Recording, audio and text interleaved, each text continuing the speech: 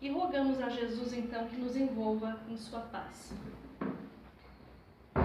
Conta-se que há alguns anos, cerca de 50, 60 anos atrás, na cidade de São Paulo havia um homem que era muito querido de todos.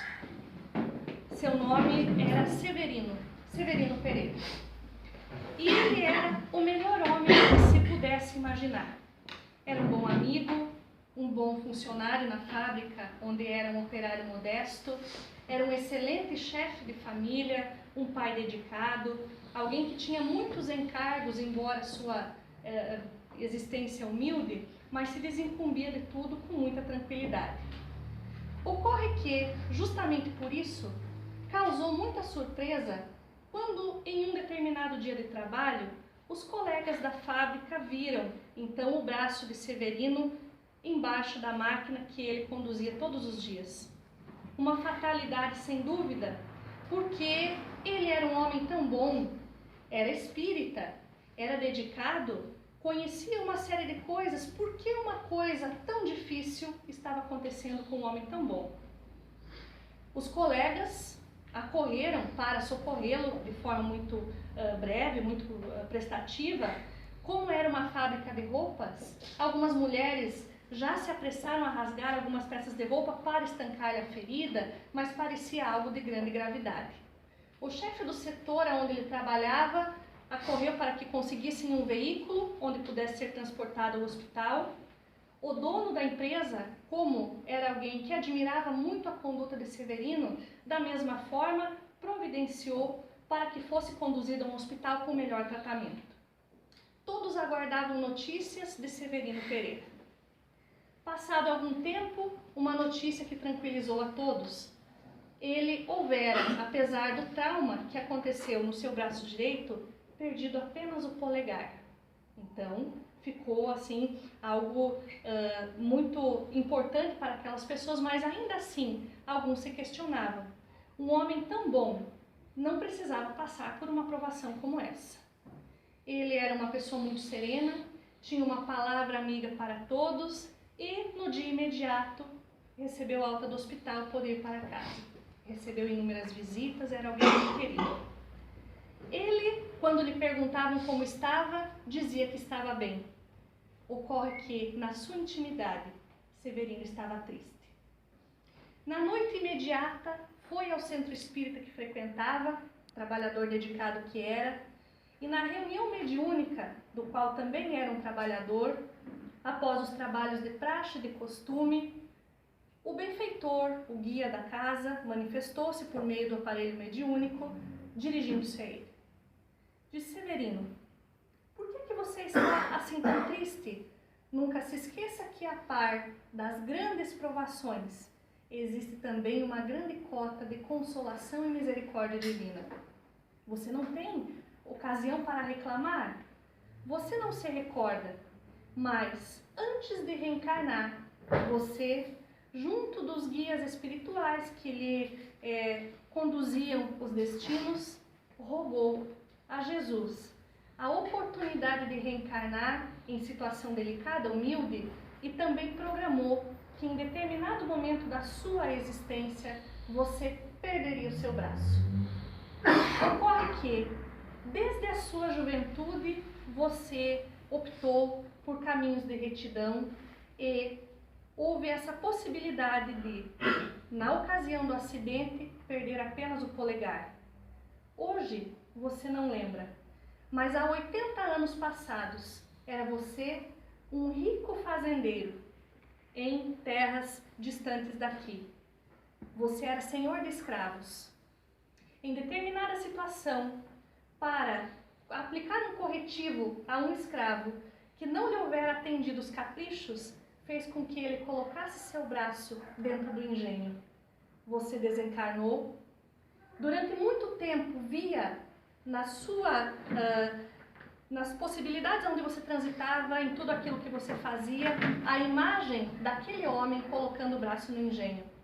Perturbou-se na erraticidade por muito tempo, mas quando reencarnou, rogou a Jesus uma nova oportunidade e, desejando desincumbir-se então daquela culpa que ele premia, pediu que em algum momento da sua vida não tivesse mais o braço.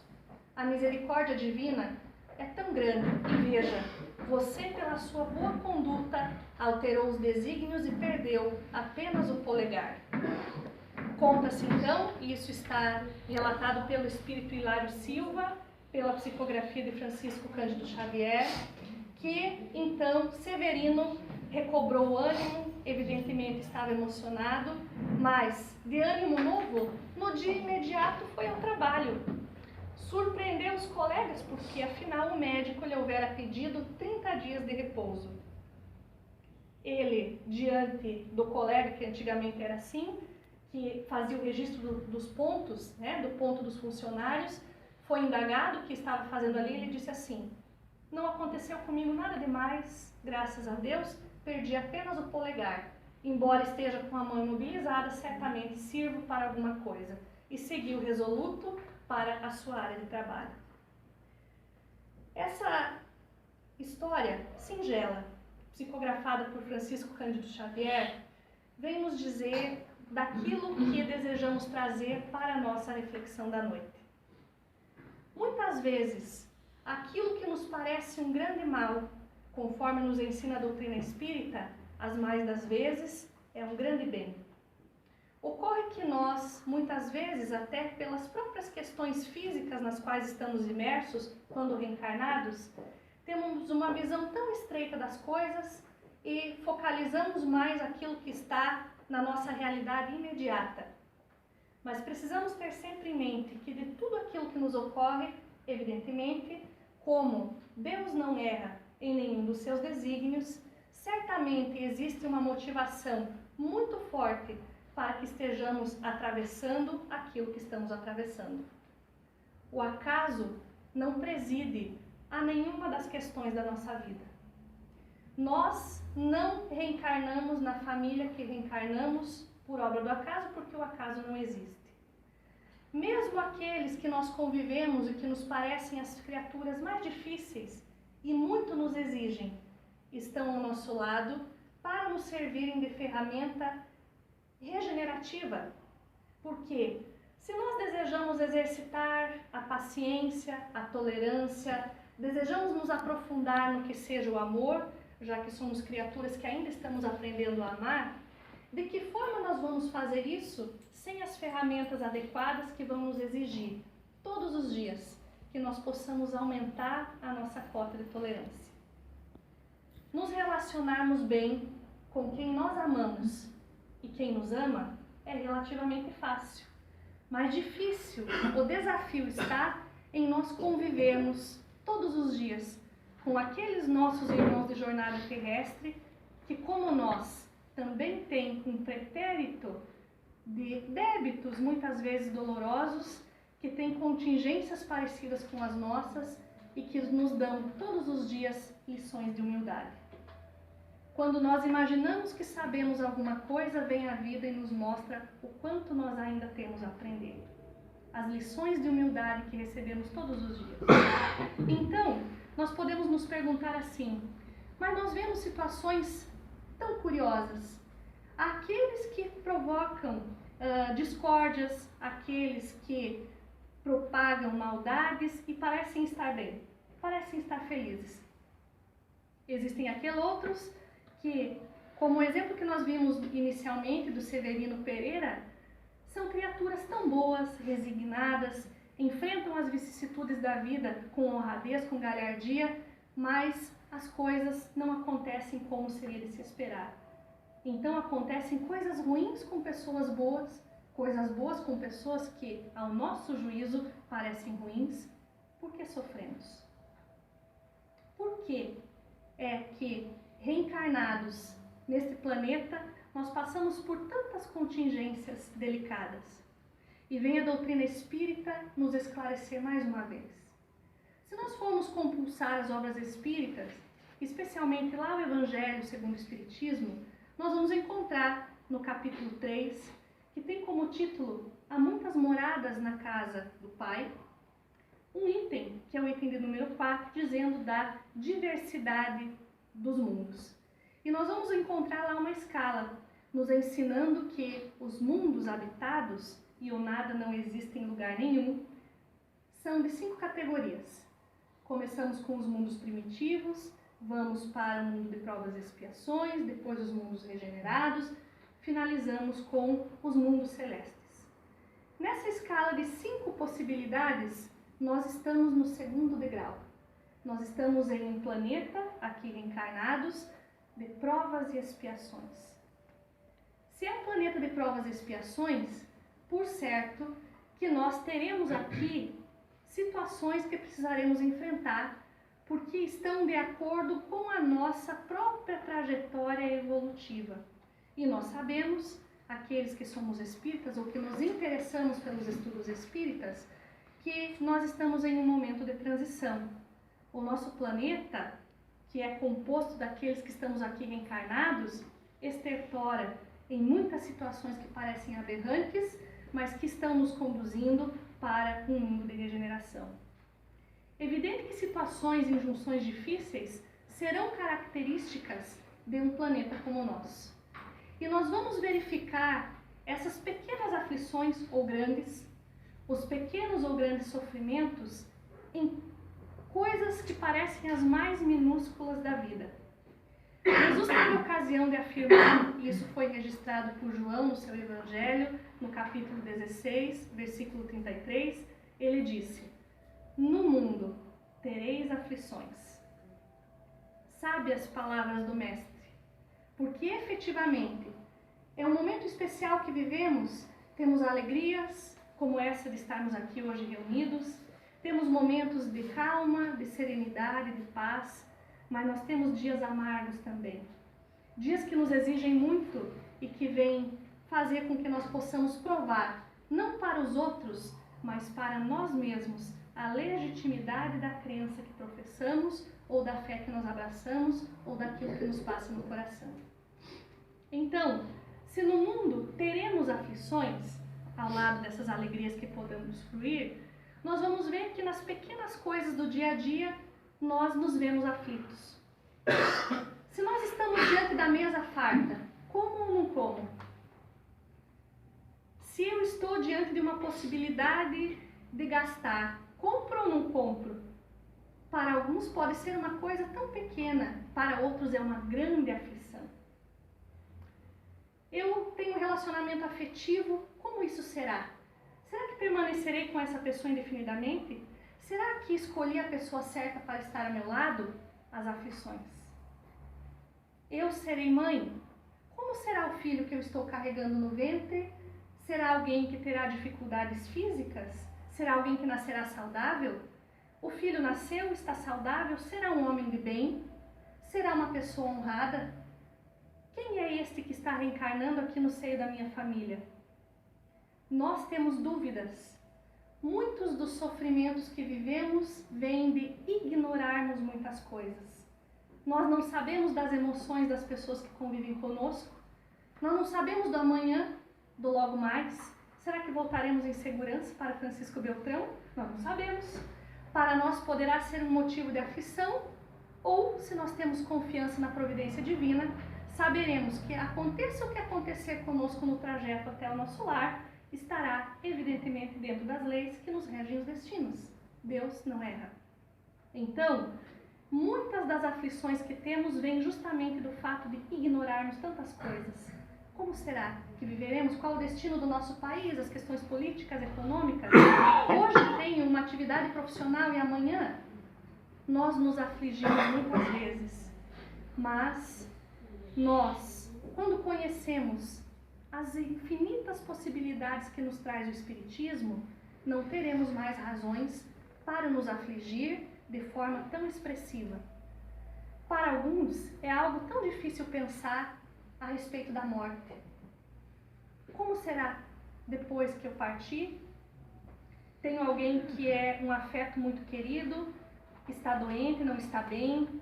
Será que vai permanecer conosco? Será que vai partir para o plano espiritual? E depois, nos reencontraremos, não reencontraremos? O que será do amanhã? As aflições que vêm do nosso desconhecimento, da nossa ignorância, não no sentido pejorativo que muitas vezes nós damos para a palavra ignorante, mas sim no sentido de ignorar, de não saber algumas coisas. Então, quantas coisas a própria mensagem de Jesus nos esclarece, mas também a doutrina dos Espíritos nos tranquiliza o coração, sabendo que absolutamente nada do que nos acontece está por obra do acaso. Então, antes de reencarnarmos, traçamos uma série de parâmetros gerais para a nossa existência. Gerais. Porque existem coisas específicas que vamos mudando conforme o curso da nossa própria vida. Esses parâmetros gerais, eles estão muitas vezes ligados à família. Irei me casar? Terei filhos? Não terei? A programação familiar. A programação profissional. Situações que precisamos passar e que vão nos trazer lições são previamente programadas, mas nós podemos, como vimos no exemplo anterior, quando iniciamos a nossa fala, que as situações podem ser diversificadas de acordo com a própria conduta, como vamos levando a vida. Então, é preciso que nós compreendamos que no rol das aflições, dos sofrimentos, haverão aqueles que são o que nós chamamos no Espiritismo tormentos voluntários, ou seja, são aqueles que talvez não estavam programados para nós, mas pela nossa maneira de conduzir a vida, nós acabamos indo de encontro a situações que eram absolutamente desnecessárias na nossa trajetória. E aqueles sofrimentos, conforme diz o Espírito Joana de Ângeles, que são muitas vezes de origem kármica, conforme vamos ver a seguir. Mas vamos nos deter um pouco naqueles chamados tormentos voluntários. Então, como é possível que nós tenhamos ações que são contrárias à lei divina e nós imaginamos ou imaginemos que vamos sair ilesos de determinadas situações? Evidentemente que, se eu trato as pessoas que convivem comigo com grosseria, sou rude nas minhas relações, como eu vou esperar que os outros me tratem bem?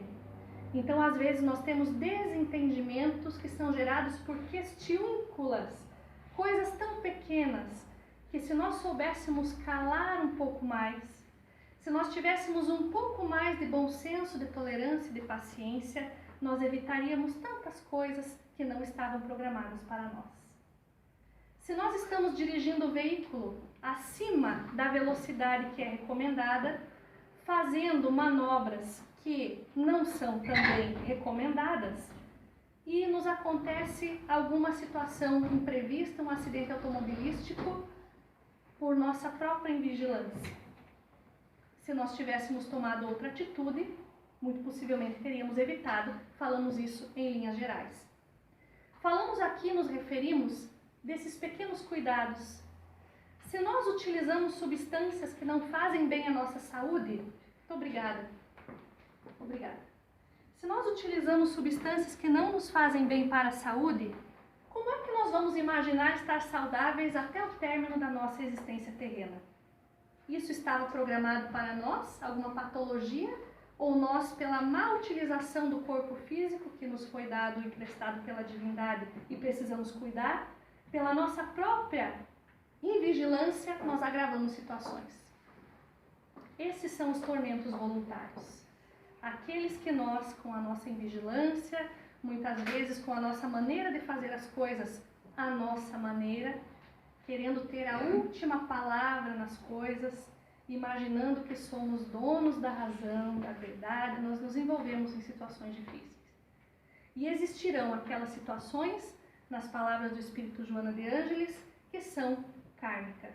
Então, dentro das situações kármicas, ela nos coloca, e aqueles que se interessarem, isso está registrado em um livro psicografado por Divaldo Pereira Franco, chama-se Plenitude. Um livro que será, sem dúvida, de leitura indispensável para todos nós que nos interessamos pelas questões espíritas. No livro Plenitude, Joana de Ângeles nos falará acerca do sofrimento. Então, quando nós pensamos isso, parece assim aquele livro que a gente vai ler, né? E não vai ter mais coragem nem de sair à rua, porque afinal é um livro que só fala de sofrimento, e é o contrário. Ela vem nos explicar das origens do sofrimento e o que é que nós deveremos fazer com ele. Afinal, no mundo teremos aflições. É imprescindível que nós possamos compreender as coisas que nos acontecem. E aí Joana de Ângeles vai nos explicar, de uma forma muito didática, a diferença entre provas e expiações. Porque nós que somos espíritas, já familiarizados com o termo, nós dizemos, a Terra é um planeta de provas e expiações, mas o que afinal são provas e o que são expiações? Joana de Ângeles nos dirá, provas são aquilo que todos nós, em linhas gerais, que estamos aqui, antes da nossa reencarnação, programamos junto dos benfeitores espirituais. Então são situações suportáveis, porque o fardo, por mais que às vezes pareça, ele nunca é mais pesado do que a nossa possibilidade de carregar. Precisamos sempre tomar, e aqui abrimos um parênteses, uma postura muito firme nas nossas convicções e naquilo que nós fazemos, porque nada do que nos acontecer no rol do sofrimento ou das aflições será mais difícil do que seria a nossa capacidade de suportar. Cabe-nos encontrar ferramentas, maneiras de sairmos de uma posição na qual nos colocamos muitas vezes como vítimas de Deus, do destino, da sorte, da vida, colocando a responsabilidade pelas coisas que nos acontecem nos ombros alheios, assumindo a cota que nos cabe em tudo aquilo que nós vivenciamos. Por que é que dizemos isso? Porque, afinal, se somos criaturas que não estamos aqui pela primeira vez, já tivemos outras oportunidades reencarnatórias, teremos ainda outras tantas quantas forem necessárias. Evidente que quando nós chegamos aqui, para esta reencarnação, nós não somos uma mala, entre aspas, né? Não entendam mal, mas nós não somos uma mala que veio vazia. Nós já temos uma bagagem em nossa intimidade, e uma grande bagagem. A idade cronológica não tem nada a ver com isso. Às vezes nós encontramos crianças, adolescentes, jovens, que têm muito mais maturidade emocional que nós mesmos, denotando que são espíritos que já fizeram progressos maiores que os nossos muitas vezes. E essas criaturas vêm como nossos filhos, para nos ajudar a colocar na linha, para nos ajudar a progredir, precisando sim do nosso concurso amoroso, afetuoso, afetivo, mas também nos auxiliando naquilo que nós temos dificuldades. Então, nesse contexto, as provas serão aquelas situações programadas. Vamos dar aqui um exemplo.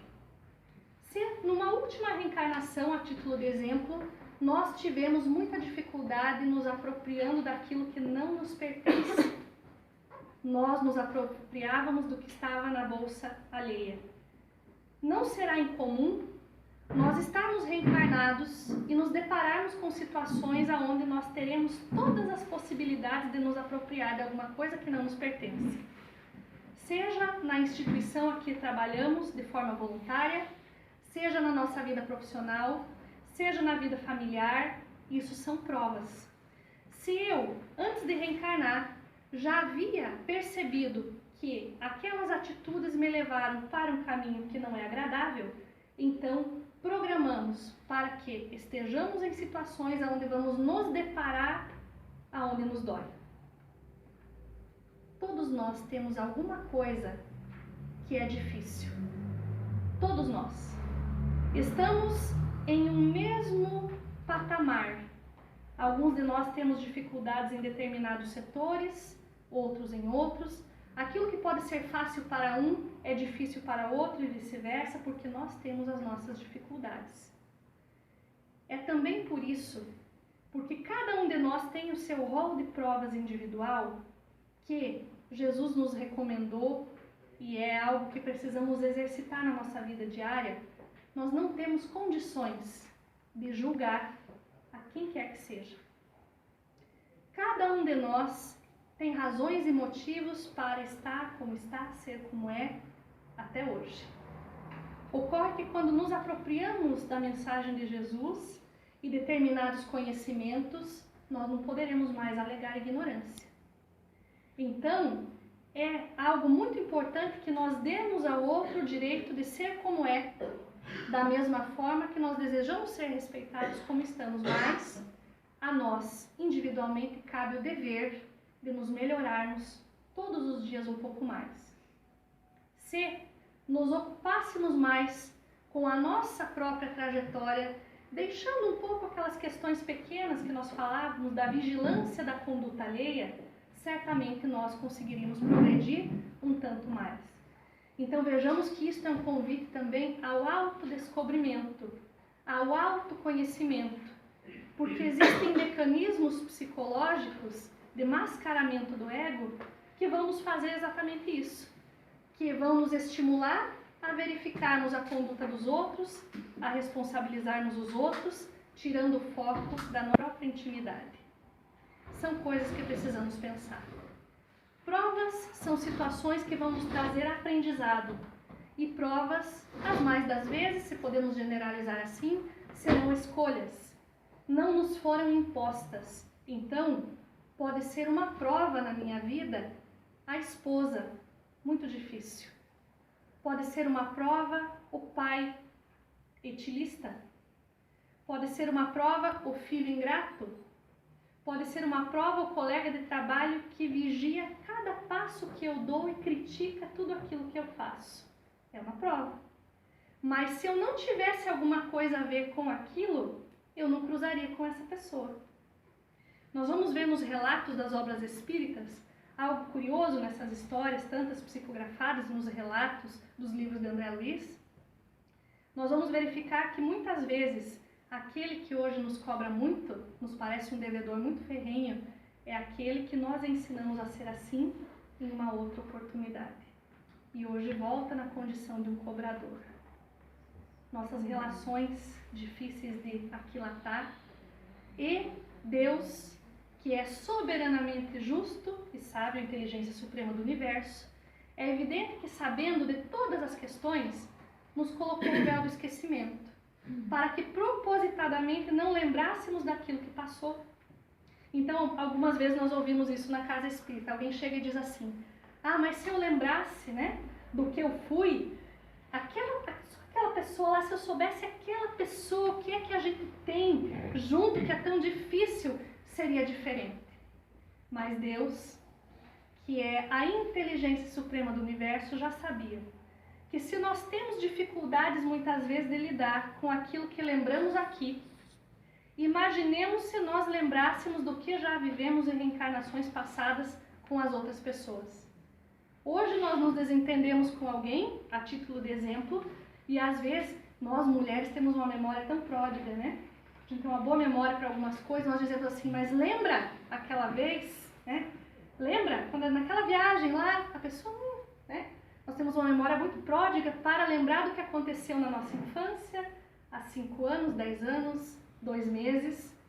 Já tivemos a possibilidade de imaginar, se nós chegássemos para alguém que temos dificuldade de relacionamento e disséssemos assim, viu? Mas isso é culpa tua.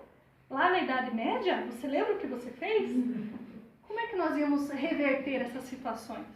Então, Deus é realmente muito sábio em todas as coisas. Então, não precisamos saber efetivamente o que fomos para entender qual o caminho que deveremos trilhar no rol das provas e expiações. Basta que nós nos observemos. Se nós nos observarmos, vamos verificar as nossas tendências. Eu sou uma pessoa mais reclusa? Eu sou uma pessoa mais expansiva? Eu tenho tendência à melancolia? Eu sou alguém que nas minhas relações ajo de forma impulsiva, agressiva? Eu tenho facilidade de relacionamento com esta pessoa, dificuldade com aquela? Qual é a minha vocação profissional? Qual é o meu espinho, como dizia Paulo de Tarso, que está encravado na carne? Todos nós temos a nossa dificuldade e temos as nossas alegrias. Se nós nos observarmos, e palavras não são necessariamente fáceis ou difíceis de dizer, mas aquilo que vai atestar quem nós somos mesmo é a nossa conduta todos os dias. E atesta com 100% de fidelidade a conduta que nós temos com aqueles que vivem conosco na nossa família. Porque muitas vezes na vida profissional, aqui no Centro Espírita, nós nos abraçamos, nos chamamos de irmãos, né? Aqui é tão bom, um clima tão agradável, tão favorável. Mas e quando nós fechamos a porta do Centro Espírita e vamos para casa? Se nós saímos do Centro Espírita, como é que nós nos comportamos no trânsito, por exemplo? Quando alguém comete ali alguma situação imprevista, nos fechou no trânsito, o que é que a gente faz? A gente abençoa a pessoa? É? Deus te abençoe, vá com Deus, você deve estar com algum problema, vá com Deus, né? É isso que a gente faz? São essas pequenas coisas de todos os dias que atestam quem nós somos. Aqui fora da nossa casa, do nosso lar, nós usamos o chamado verniz social. Quando nós entramos dentro da casa, nós somos aqueles que somos. Será que nós esperamos que alguém faça tudo para nós? Nós somos aqueles que nos dispomos a auxiliar? No livro Paulo e Estevão, Paulo de Tarso enuncia uma frase belíssima que particularmente para nós calou já há muito tempo atrás, muito fundo ao coração. Em um diálogo que ele tem com Barnabé, ele vai dizer uma frase realmente lapidar. Ele diz assim, que aquele que tem o espírito de serviço não deixa a parte mais difícil para os outros. Não é? Se o maior, conforme os ensinamentos de Jesus, é o maior servidor, porque os discípulos perguntaram para ele, mestre, quem de nós será o preferido? Quem será o maior? E Jesus surpreendeu a todos dizendo, o maior dentre vós será aquele que for o maior servidor. Não é o título acadêmico, a posição social, o bairro onde moramos, o carro que dirigimos, aonde trabalhamos. Não é isso que fala da nossa identidade moral. O que fala da nossa identidade moral são as nossas atitudes. E uma coisa que fala de forma muito bela, se nós já conquistamos, é o espírito de serviço. Servir. Não esperar ser servido.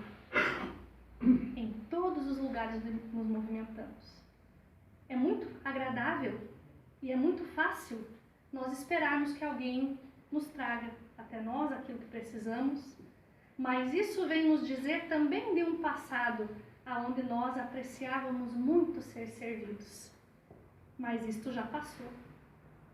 Hoje nós já sabemos que o maior dentre nós será aquele que for o maior servidor, aquele que se apagar para que o bem apareça, não aquele que tem o nome nos letreiros. Porque aquilo que nós temos aqui hoje é uma condição reencarnatória. Nós não somos o diplomado, graduado nisso, nós não somos fulano do sobrenome tal, nós estamos. Amanhã tudo será diferente. E se nós nos apegarmos a essas questões que nós vamos deixar, quando deixarmos aqui o corpo físico, estaremos nos iludindo, porque estaremos apegados àquilo que realmente a traça corrói, aquilo que enferruja também nas palavras do Mestre. E até aqui estamos falando das provas, expiações. Para aquele que é um delinquente, talvez, de um primeiro momento, aquele que é réu primário, a divindade, na sua infinita bondade, nos dá a possibilidade das provas. Para aqueles que somos reincidentes, muitas vezes as penalidades, entre aspas, são mais difíceis. Expiação será invariavelmente aquilo que obrigatoriamente irá nos restabelecer o equilíbrio. No rol das expiações, nós encontraremos aqueles nossos irmãos que necessitam do nosso apoio, da nossa piedade, não do nosso julgamento, nem da nossa pena, mas sim da piedade fraternal. Aqueles que, segundo nos ensina a doutrina espírita, muito delinquiram e hoje precisam estar em situações delicadíssimas para que possam restabelecer o equilíbrio. São aqueles que encontraremos nas paresias, paralisias, em certos tipos de loucura, em certos tipos de cânceres, doenças degenerativas, dificuldades intelectuais gravíssimas, situações que não são reversíveis. mundo de provas e expiações. Então, quando encontrarmos alguém nessa dificuldade, muitas vezes um suicida reiterado, alguém portando dificuldades, mas quando olharmos para este nosso irmão, que às vezes estará na nossa família, sim, e se está na nossa família é porque existe a nossa digital em alguma coisa que tenha a ver com esta criatura. Senão não estaria junto conosco reencarnado. Então, é algo que nos faz pensar, não em termos de julgamento, mas sim no que nós deveremos fazer da nossa própria vida para que possamos progredir em linha ascendente, não necessitando estacionar temporariamente em situações expiatórias difíceis. Então, essa é a diferença entre as provas e expiações. Nós nos lembramos aqui, nesse rol das expiações, de algo que uma companheira nossa do Espiritismo nos relatou. Ela teve a oportunidade de presenciar isso, que é uma história que é conhecida até relativamente no meio espírita. Conta-se que, em certa feita, uma mãe com uma criança em cadeira de rodas procurou Chico Xavier. E essa mãe estava muito preocupada porque o menino não tinha os 2 braços, ele só tinha uma perna. E havia acontecido uma situação de uma gangrena e os médicos recomendaram amputar a única perna. Ela estava preocupadíssima, levou o caso ao conhecimento do Chico Xavier, que não pestanejou e lhe orientou de forma muito firme: obedeça a conduta médica, é o melhor a se fazer. A mãe ficou, evidentemente, muito entristecida porque veria o seu filho em uma dificuldade ainda maior. E aí Chico, então, lhe diz, naquela ocasião, que Emmanuel estava dizendo para ele, Emmanuel, seu orientador espiritual, que aquele menino que estava ali, por isso nós dissemos que a idade cronológica nada tem a ver com a nossa bagagem espiritual, este menino havia sido nas últimas 10 reencarnações, não são 9, nem 8, nem 5, nenhuma, nas últimas 10 reencarnações ele foi um suicida reiterado.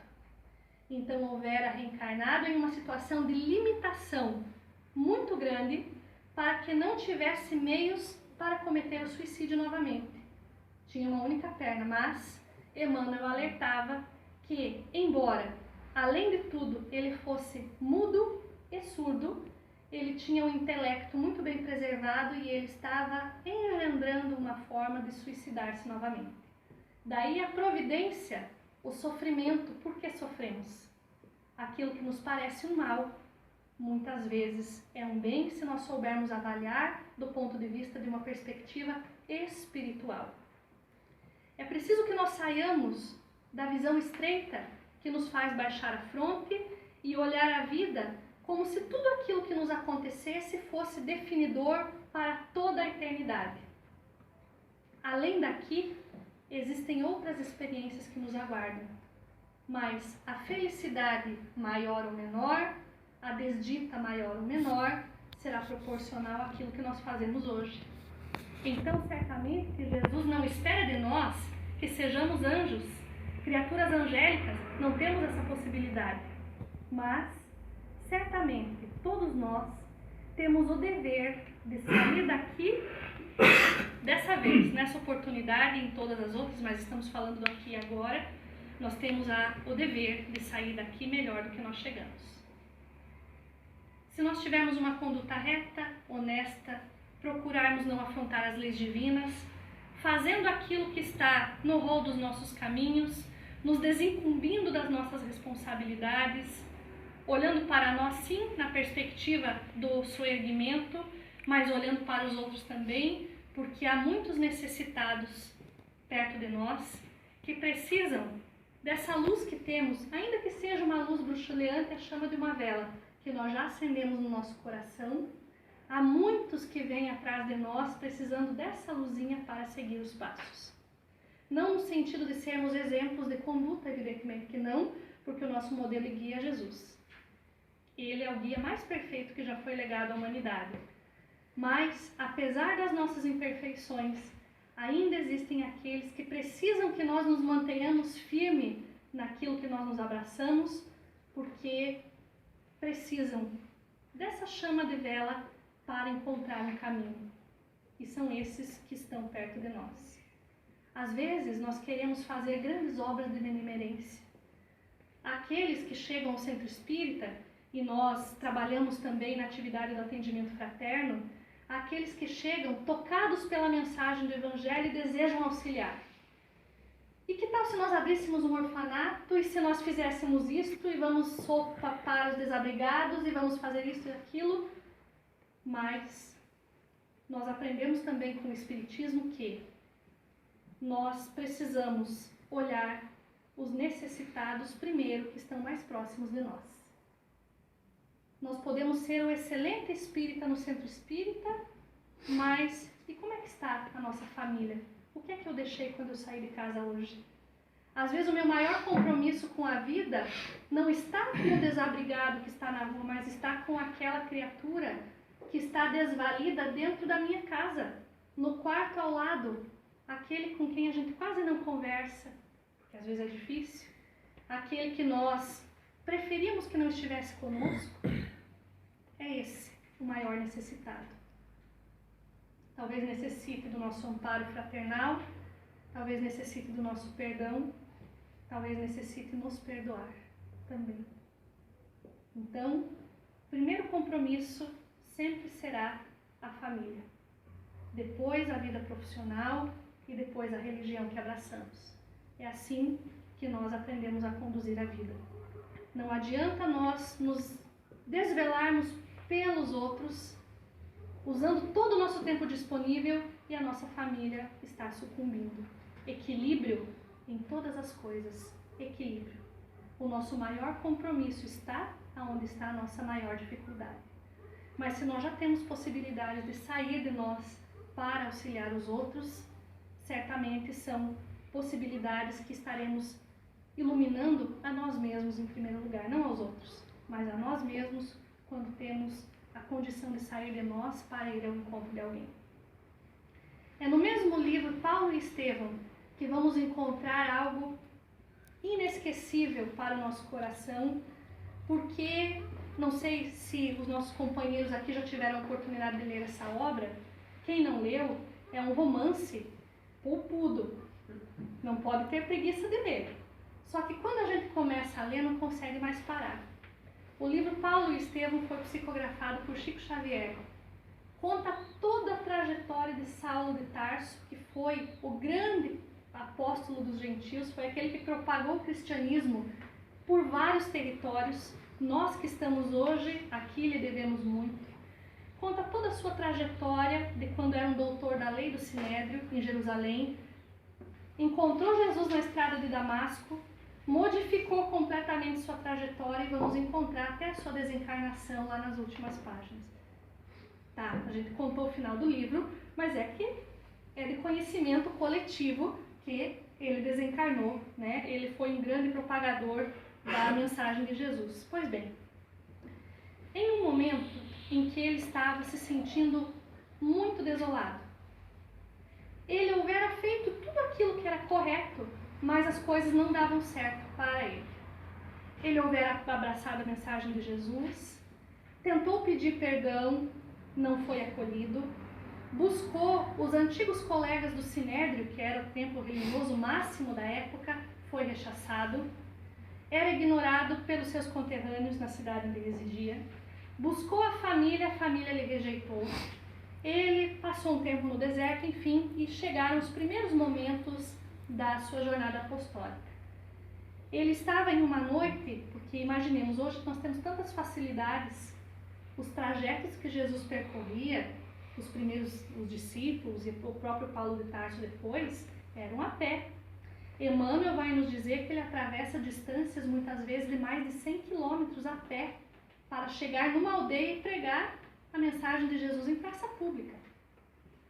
Ele está no meio de uma dessas travessias, não tem um lugar para dormir, para repousar, encontra um local ali com pedras, ele se acomoda e se põe a orar.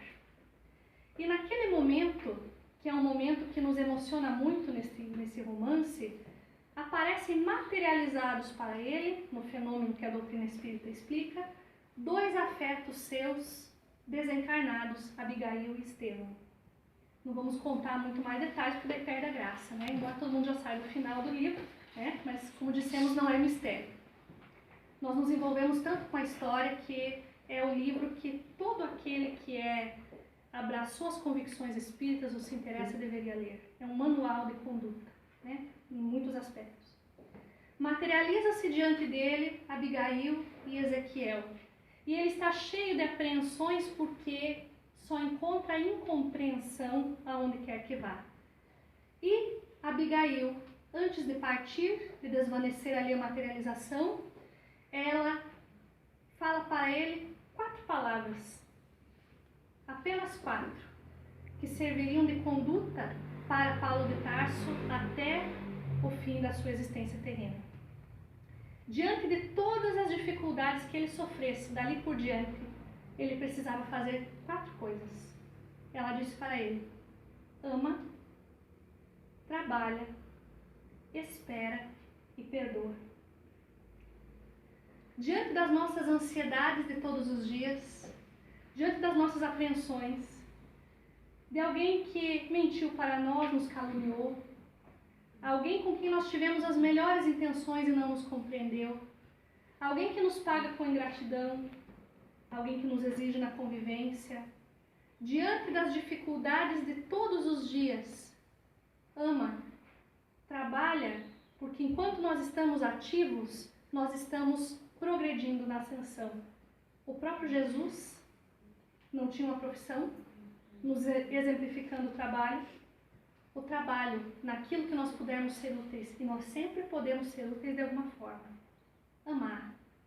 Porque quando nós entendemos efetivamente o que seja amar, essas coisas que nos acontecem todos os dias, elas têm, muitas vezes, elas vão adquirindo um caráter tão menor, porque nós colocamos uma energia tão grande em coisas que talvez não seriam necessárias. Será que nós estamos empregando as nossas melhores emoções, as nossas energias naquilo que é essencial para nós? Ou nós estamos dependendo energia e fluido vital, depauperando nossa estrutura física em uma mágoa que nós estamos remoendo há 10 anos? No que é que nós estamos utilizando as possibilidades que nós temos? Ama, trabalha para não se entregar ao desânimo, espera. É uma coisa tão curiosa porque às vezes nós vivemos situações muito delicadas e o Espírito Emmanuel nos ensina que quando nós estivermos irritados, ele diz assim: quando estiver no momento da irritação, não fale, escreva, procure, não faça nada. Claro que ele não fala com essas palavras, né? Uma linguagem muito mais erudita, mas ele vai nos dizer: se acalme primeiro antes de entabular uma conversação. Espera nas palavras de Abigail. Espera. Hoje foi difícil o nosso entendimento. Vamos descansar, vamos repousar, vamos fazer nossas preces, acerenar a mente. Quantos nós lembramos de fazer as nossas orações nesses momentos? O nosso anjo guardião, nosso espírito protetor, está ali pertinho de nós, querendo nos influenciar de forma positiva, mas nós nos fechamos. E é preciso muitas vezes que esse nosso anjo guardião se utilize de alguém que está perto de nós, de uma frase que alguém distribuiu para nós na entrada do centro espírita, um livro que a gente abriu ao acaso, para que nós possamos nos acerenar. Espera, mas não esperar de forma inativa. Espera o momento certo de agir. O Espírito André Luiz nos diz assim, que quando nós estivermos em situação muito difícil, e veja que estamos enfatizando isso porque hoje estamos falando de sofrimentos. Por que sofremos, não é? Quando nós estivermos num momento muito difícil, tenhamos calma para agir, porque a vida muitas vezes está resolvendo os nossos problemas de maneiras que nós desconhecemos. E a gente acha que está nas nossas mãos fazer tudo, né? Inclusive pelos outros. e nós queremos direcionar os filhos, nós queremos direcionar a família, nós queremos direcionar... Cada um de nós é responsável pela sua própria trajetória, embora nós estejamos em situação fraternal de auxílio mútuo. Mas ninguém poderá trilhar os caminhos que são meus, que estão no rol das minhas provas, das minhas expiações, porque ali tem a minha digital. Como, da mesma forma, por mais que eu ame, por mais que eu queira bem, por mais que eu deseje a felicidade de quem eu amo, não poderei trilhar o caminho que não me compete. Posso orientar, amparar, estar ao lado, mas não poderei trilhar os caminhos. Então, ama, trabalha, espera e perdoa. O perdão certamente é um tema para nenhuma palestra, né? Um seminário, enfim, o perdão é algo essencial. Mas não só perdoar o outro por alguma coisa que imaginemos que tenha nos ferido muito. Auto-perdoarmos. Auto-perdoarmos. Por quê? Se nós fizemos o melhor que estava ao nosso alcance naquela ocasião, se as coisas não dependem só de nós e dependem também da boa vontade do outro, como é que eu vou me culpar por uma coisa que não dependia só de mim? Se eu fiz o melhor que podia, que sabia naquele momento, então preciso estar com a consciência tranquila. E se a consciência não está tranquila, eu tenho certeza que poderia ter agido diferente, então me cabe compreender, ainda assim, que fiz o melhor que eu sabia naquele momento, mas estou me colocando o dever de não agir da mesma forma numa situação póstera. Auto-perdoarmos, porque nós somos criaturas imperfeitas, falíveis, em um mundo na segunda escala dos mundos habitados, planeta de provas e expiações. Nós temos muito ainda por fazer, mas isso não quer dizer que iremos nos acomodar. Então, se Deus é a inteligência suprema, causa primeira de todas as coisas, se a providência divina está agindo em nossa vida, então ama, espera, trabalha, perdoa, vou esperar, não é? Afinal, e aí Joana de Ângeles vem nos dizer de como fazer esse processo da cessação do sofrimento. Ela vai nos dizer que nós podemos escolher muitas ferramentas para cessar o sofrimento, mas a única eficaz e não paliativa, a única eficaz será extirpar da nossa intimidade aquilo que foi a causa do sofrimento, não necessariamente trabalhar o efeito. E ela utiliza um exemplo muito curioso das tribos indígenas, quando alguém era atingido por uma seta envenenada, ou é ainda, não sei, né? Vamos pensar que era, né? Atingido por uma seta envenenada. A seta atingiu, qual era a primeira recomendação dos indígenas? Tirar a seta, porque enquanto ela estiver ali cravada na carne, o veneno continuará se espalhando. Não consigo me relacionar bem afetivamente. As pessoas fogem de mim. Será que o problema está nas pessoas? Qual é a causa? Eu tento fazer a mesma coisa eu insisto em certas situações durante a vida de forma reiterada, mas aquilo não acontece. Qual é a causa do sofrimento? Minha saúde está depauperada hoje? Será que é porque Deus quis assim? Ou eu não cuidei de mim? Então nós precisamos ter essa postura diante dos nossos sofreres, mas também diante dos sofrimentos daqueles que nós amamos. Porque cada um é responsável pelo caminho que trilhou. Aquilo que nós vivemos hoje é o atestado daquilo que temos feito da nossa própria vida. Então, na cessação do sofrimento, é preciso remontar as causas. E isso é um exercício que não é nesta noite, 5 de maio de 2016, que nós vamos lograr êxito completo. Isso é um exercício para muito tempo, nos observando. Como é que nós agimos diante das situações? Aquilo que mais me machuca, como é que eu tenho feito? Qual é a minha postura? Eu estou esperando que os outros venham ao meu encontro, mas e se eu agir diferente agora então?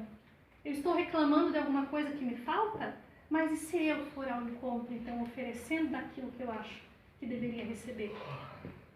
O maior será sempre o maior servidor. Então, é preciso que nós tenhamos essas coisas em mente. E quando nós lembramos disso que Joana de Ângeles fala, ela sempre nos diz, em várias obras, e nessa especialmente, a respeito da resignação. Resignar é nós pararmos de lutar contra as coisas que nos acontecem. Quanto mais a gente lutar contra, mais difícil é. Se nós temos provas e expiações, existe um fator muito prático que vai nos indicar se nós já aprendemos a lição que aquela prova vem nos ensinar. A forma como nós estamos passando por aquilo. Se nós estivermos, evidentemente, às vezes vamos estar tristes, mas compreendendo os motivos, aquilo tem uma razão de ser, eu dei razão para que aquilo acontecesse, não se não encontro razão aqui, está certamente numa existência pretérita. Resignar-nos ativamente, trabalhando para extirpar ali a dificuldade. Mas se eu passo pela provação, revoltada, biliosa, invejosa da felicidade alheia, lutando contra, falando mal, me queixando a cada passo que dou, será que eu estou aprendendo a lição que aquele sofrimento veio me ensinar? Olha que essa questão da inveja da felicidade alheia também é delicada, né? Porque eu fiz tudo certo, eu tento, mas olha ali, ó, daí a gente mais uma vez vai para a conduta dos outros. Olha ali, ó. Olha o que fez, ninguém sabe. Eu sei, se a sociedade soubesse o que eu sei, né? Mas aí é um problema daquela pessoa. É o caminho que ela está trilhando. Cuidemos do nosso próprio caminho. Então, na cessação do sofrimento, será muito importante que nós possamos nos observar, remontar as causas. Certamente isso é um fator muito delicado e que requer estudos complementares, mas aqui nós despertamos esse interesse por esse descobrimento e, sem dúvida, trabalharmos em nós aquilo que são as nossas dificuldades, as nossas limitações. Então, quando nós pensamos em resignação, essa palavra que vem nos dizer da aceitação, não assim, então eu nasci para sofrer, eu estou vivendo essa dificuldade, então quanto mais eu sofrer, melhor eu me sairei. Não é isso. É entender que eu passo por aquilo por alguma razão, mas é meu dever lutar para melhorar a situação que me encontro. Quando pensamos em resignação, nos lembramos de uma figura que é muito querida ao coração de todos nós. Hoje nós temos um entendimento maior das coisas, mas quem a visse há muitos e muitos anos atrás, ao pé do madeiro, onde estava crucificado seu filho, jamais poderia compreender o que é que lhe passava no coração maternal. Visualizando ali o filho que não houvera errado, não houvera feito nada que prejudicasse a ninguém, ela via na sua intimidade os primeiros momentos, a infância, o nascimento do filho querido junto à manjedoura. Ela via os seus primeiros passos, as primeiras palavras, e era muito curioso porque aquele menino, embora criança, se compadecia dos sofrimentos alheios.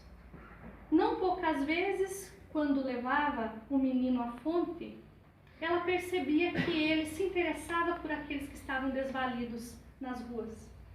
Certa vez foi surpreendida, porque o seu menino, Jesus, conduzia para dentro da sua casa, segurando pela mão, 2 malfeitores amplamente conhecidos na região, como se fossem amigos seus.